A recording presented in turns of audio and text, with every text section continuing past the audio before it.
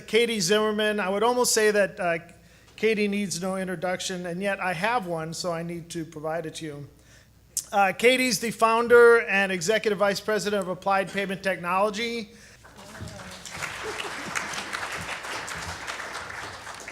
So today we're going to spend some time talking about the development of an asset management program. And I'm going to do that by focusing primarily on the what, why, and how of developing an asset management program. And before those of you who are more treatment-related people who think asset management is something that they do in the central office that doesn't involve me, before you tune out on me, consider that the things that I'm going to be talking about for an asset management program are also very closely related to what you would do for your pavement preservation program. And so maybe if you're not someone involved in asset management, if you're involved in the pavement preservation program, there's still some applicability to you. Let's start with what. And before we could start talking about what an asset management program is, we really need to talk about what asset management is. And there are a lot of different definitions that are out there. The FHWA has one that was in the legislation that they like. AASHTO has one. There's international organizations that have them. And rather than copy one of those definitions, what I chose to do is capture some of the things that I think are most important. One is that asset management focuses on the use of performance data. And you're using that performance data to manage both assets and risks. And you're doing it as cost effectively as you possibly can in order to achieve your agency objectives. So if that's our definition of asset management, then let's look at what I think an asset management program is. And I think it's the collection of the policies and the procedures that you have in place in order to direct and coordinate and control your asset management activities.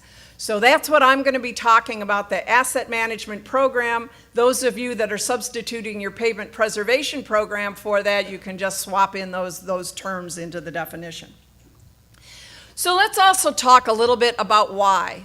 Why are agencies focused on developing and putting in place these asset management programs? And I think one of the main reasons are the economic realities that many of the agencies are facing. First of all, funding is not as available. You can't address all of the needs that you have for your network with the dollars that are provided for you. Part of that is because the system that you're maintaining is aging. And so you've got a lot more demand on that system, and all of those things are contributing to the wearing out of those assets that you're maintaining. There's also competing priorities for the dollars that are available, and sometimes those competing priorities tend to shift money away from one asset to another asset. And so agencies are dealing with those shifting priorities and trying to figure out how to manage their funding to address the competition. So we need information that allows us to be able to compete for those dollars. We're also seeing that there seems to be a growing trend in agencies to preserve the assets that they currently have. They're recognizing that assets like pavements and bridges have a value, and being able to preserve that value that you have invested in those assets becomes an important priority. And so there are a number of agencies that have set as a sort of a priority within their agency is first we're going to take care of what we have before we add to the system. But that adding to the system leads to the second sub-bullet that's on here, this unrecognized future liabilities. When we add to the system, when we're adding lanes, when we're adding miles to the system, we are committing ourselves to future maintenance activities that are going to have to be performed. Internationally, agencies account for those future maintenance costs in their financial statements as a liability that is going to come due at some point in time. Here in the United States, we tend more to ignore those future liabilities. And so one of the things that I think we have to start paying attention to is the fact that with all those capital improvements, there is an unrecognized future liability that agencies are going to have to deal with down the road. I think one of the other things that is influencing the development and the implementation of asset management plans is the federal legislation. And that is maybe, in some cases, it's getting people moving along the line of asset management. In other cases, it's really accelerating what they were already doing. I think, as many of you know, states are required to develop and implement asset management plans, or TAMPs. And those TAMPs outline how much money is going to be invested in maintenance, preservation, rehabilitation, reconstruction, and new construction over the next 10 years. So there's a state commitment to invest in a certain level of funding in each one of those different areas. Now, regardless of what you think of the federal requirements, there have been a number of benefits that agencies are realizing from the process of developing their asset management plans. One of those is breaking down silos. Just the process of working on your TAMP has brought people together from all walks of life within the DOTs, and there's starting to be a lot more coordination that's going on, which I think is a positive thing. Shared data, learning about the processes that people have, all of that's a benefit. I think it's also resulting in increased use of preservation, which is a good thing for this audience. Agencies are required to develop what we call life cycle plans, demonstrating that you are managing your assets as cost effectively as possible, and about the only way to be able to do that is to include preservation treatments in your mix of fixes. We're also seeing that maintenance has a seat at the table now. In many agencies, maintenance is competing for funds more effectively than they've ever been able to do before. They're able to define what their needs are and present those needs in a convincing way that is helping them raise their profile. And the other thing is there's more support for some of the management systems, the pavement management, the bridge management system. These systems are required under the legislation, and that they need to be used for some of the analysis that's being conducted. And I've heard from pavement management folks for more than 20 years, one of the best things for them is when it's required, they get the money and support that's needed for those systems to be in place and get the data that's needed to feed them. So I think that's also a positive. So we've covered the what, we've covered the why. Let's talk a little bit about how. And how do you actually establish an asset management program? And I'm going to talk about that by focusing on 4 different areas: the people, the processes, the systems, and the data. So I'm going to start with the people. And the people side of the program is critical to the successful asset management or pavement preservation program. If you don't have people on board, it's going to be very difficult for you to actually implement and put in place the things that are needed. So things to think about. Do people know what their roles and responsibilities are in this program? For asset management, what is the role of the asset management coordinator? What are the asset management or the asset managers responsible for doing? What do the pavement preservation engineers, what is their role in supporting the asset management program? Do they have the skills that are needed? Asset management has introduced a lot of new things: risk assessment, life cycle planning. Do people have the skills to be able to do these kinds of things? Do they know what the agency's objectives are? Do they know what goals they're trying to achieve with the program? It makes it really difficult to decide what projects to select when you don't know what you're shooting for. And are they willing to change? In a lot of organizations, the implementation of an asset management program have meant changes to the way they've always done business. So are people familiar with the changes that are required? Do they know why these changes are being made, and are they willing to make the changes with you? The Ohio DOT is one of the agencies that has gone through a lot of changes in the way that they're doing business as a result of the development of their asset management plan. And I'm using them as an example because I'm really impressed with the way that they have changed the way they're doing business. From a people side, one of the things that they've done is they've focused on outreach. They hired a communication firm to help them with their outreach efforts, and that has included a number of different activities. One of the changes that took place is on their low volume roads, they're doing a lot more chip seals rather than just mill and overlay. So they had to get the district folks on board in order to do that. So one thing that they did is a internal training, a workshop, where they brought in people from other states who have successfully been using chip seals quite effectively, and they had them talk about what are you doing to make sure that this will work. And that was one thing that was done to help build that buy-in with the district engineers. Their processes have changed, and I'm going to talk about those changed processes in a little while. But one of the things that has happened is there's a lot more collaboration between the districts and the central office in terms of developing annual work programs.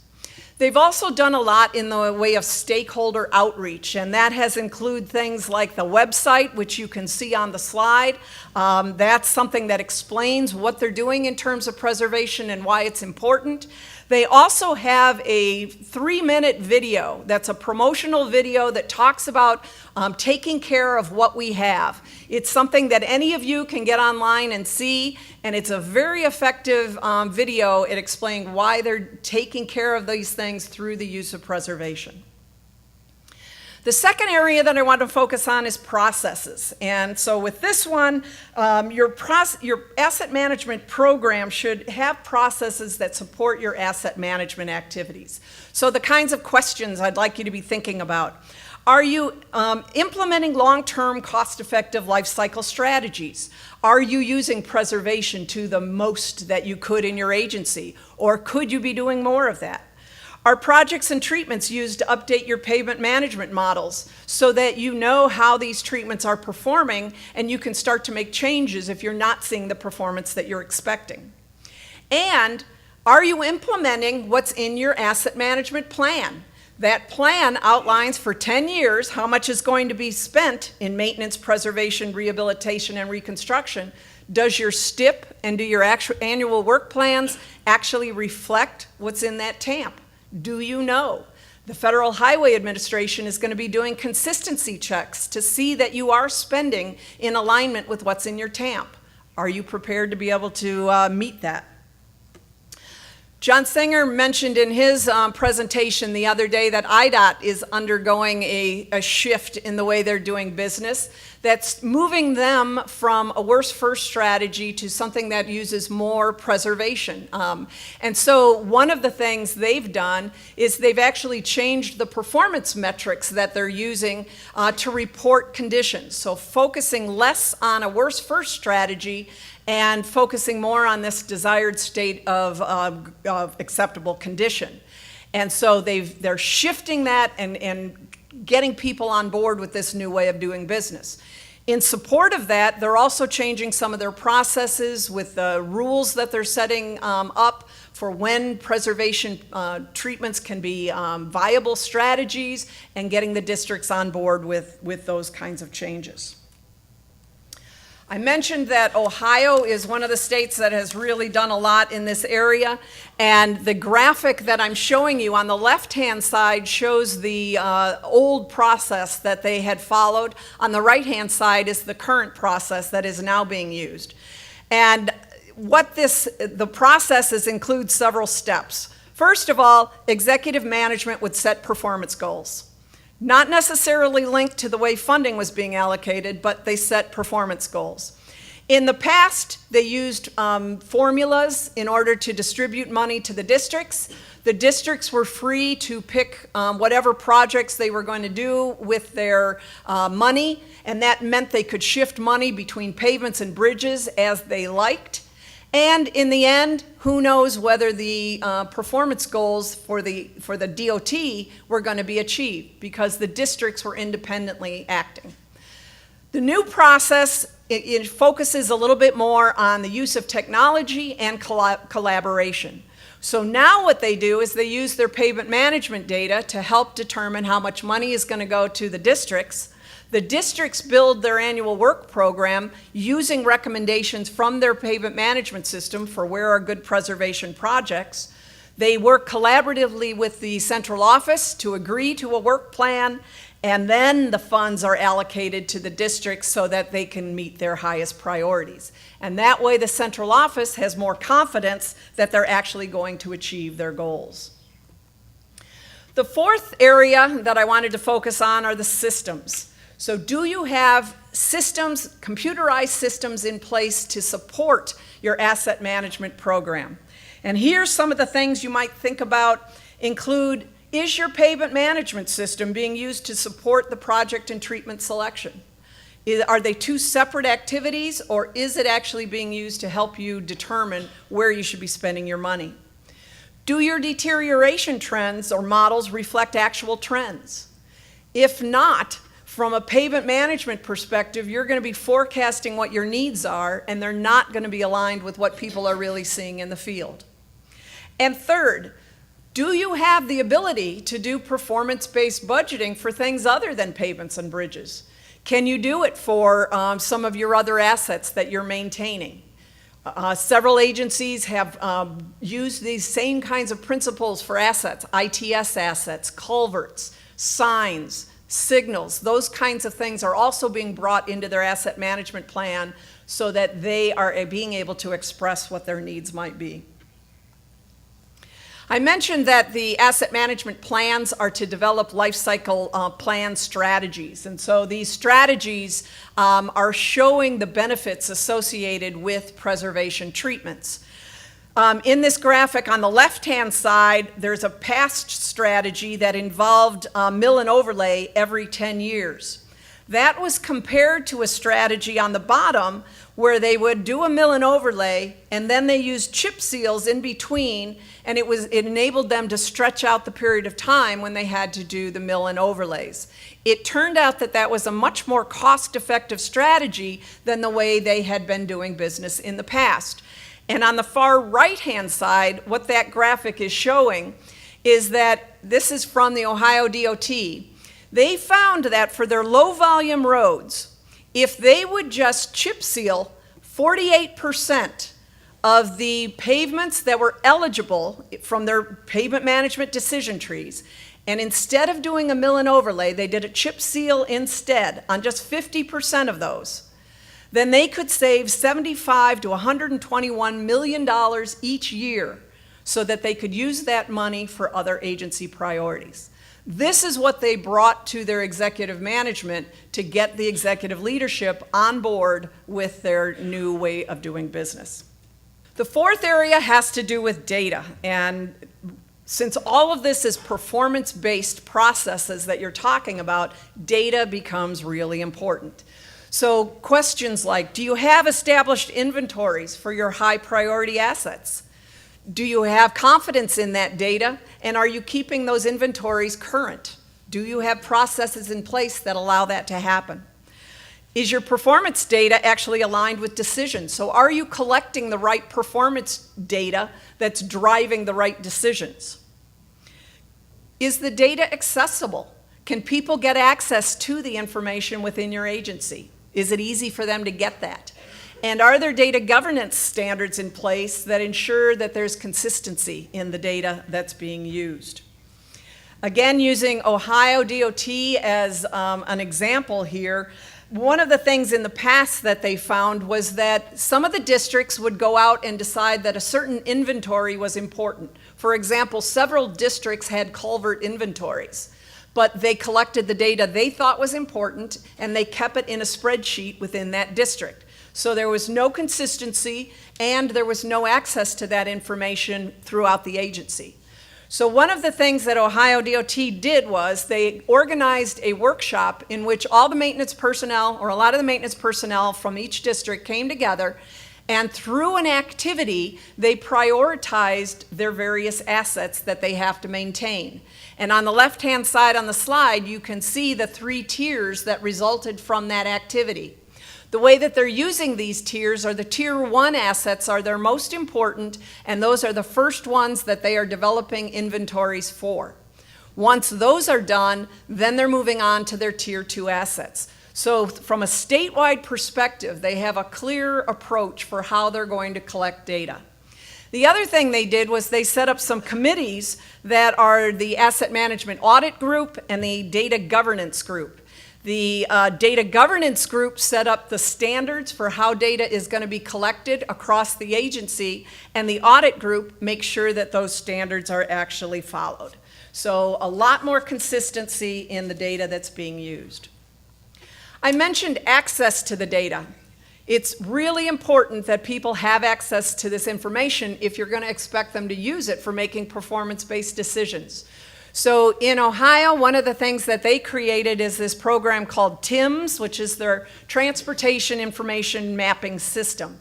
And this is something that is outwardly facing, which means you can go in and take a look at this thing, but you can create maps, you can get access to information, easy to use, and it has made access to the information really easy for people to use. So it's another thing that I think is important to the success of the program because it's not hard for people to get at the information that they need. So now that you're convinced as to why it's so important that you have a solid asset management program in place, what are some tips for actually developing your program? I think it's really important that you match your program to what your needs are, and that means it's going to be something different in every one of your agencies.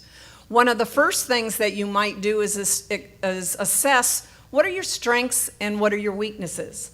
I threw out 4 different areas: people, processes, system, and data. Are you particularly strong in one of those 4 areas? Are you weaker in another one of those areas? That might help you zero in on where you want to focus your attention. I'd also recommend that you set priorities. Determine as an agency what's going to be the most important thing for you to tackle. Is it most important for you to handle data issues? Or is it better that you set up policies to support the processes that you're trying to work through? You're going to have to decide that for yourself. And then the last advice I would give you is to be realistic. It's tempting, I guess, in a lot of agencies to say, all right, we're going to go and we're going to do all of this. But it's hard to get that all done. So by establishing your priorities and being realistic about what you can accomplish, I think you can be a lot more successful. It takes time to turn a ship, and you have to realize that within a DOT, it does take time to get everything aligned. In Ohio, the state that I've been using in my examples, they gave it 4 years. Their executive leadership basically said you have 4 years to start to realize those financial benefits that we wanted to see. They said that they were starting to realize the benefits after 3 years, but they made a concerted effort to make sure everybody was aligned.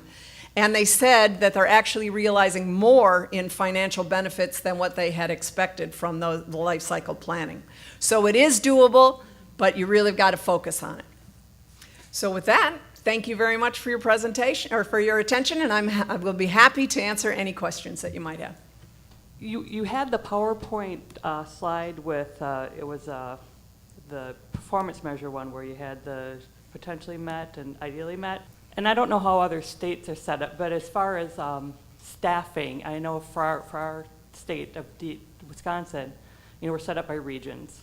So as far as a staffing standpoint, how do you balance that workload?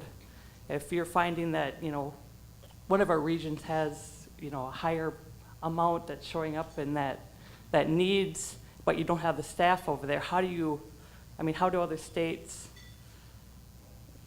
is it predominantly designed centralized, or do they move staff around, or how's that done? Yeah, that might be a question that is a good one for break to be asking people how they handle that kind of thing. But I think that from a process perspective, what you might do is take a look at that and see what strategies are available to you to handle that. Is it moving people around? Is it shifting some of the boundaries of the regions? Is it having region folks help another region if they have an overflow of people? I'm sure that there are a lot of different solutions that might be used out there, but I don't have the answer to that as to what the other states are doing in that area. So if somebody has an idea that they want to volunteer, Todd can certainly bring you the microphone to help answer that question. Oh, in the previous slide. CRS is the condition rating survey that is being used by the Illinois Department of Transportation, and it's a 0 to 9 scale that they use for rating their pavements. So the higher number is a better pavement. Katie, you gave your example using Ohio. Are there other states that you could cite as that you think have been doing a really good job about how they're doing this, just as other examples? There are a number of states that we've been impressed with. Minnesota is one of the states that we like to showcase. One of the things they did is they've included a number of different assets in their program, in their asset management plan. And in the first plan that they developed, they added a few, maybe 5 different assets to it. And then when they were doing their next version of it, they added even more. So they've really taken it to heart and are really using it. Colorado is another agency that is doing a really nice job with their program. They're one that they have something like 16 different assets that are included in their asset management program. And maintenance is one of the groups that is brought forward to compete with the dollars. And so they have developed a maintenance health index that allows them to compete with the pavement needs, the bridge needs, and some of the other needs within their agency. But those are 2 that come to mind immediately that are doing a really nice job. All right, well, thank you, Katie. The preceding was produced by the National Center for Pavement Preservation. More information can be found on the web at pavementpreservation.org. Additional support provided by Michigan State University.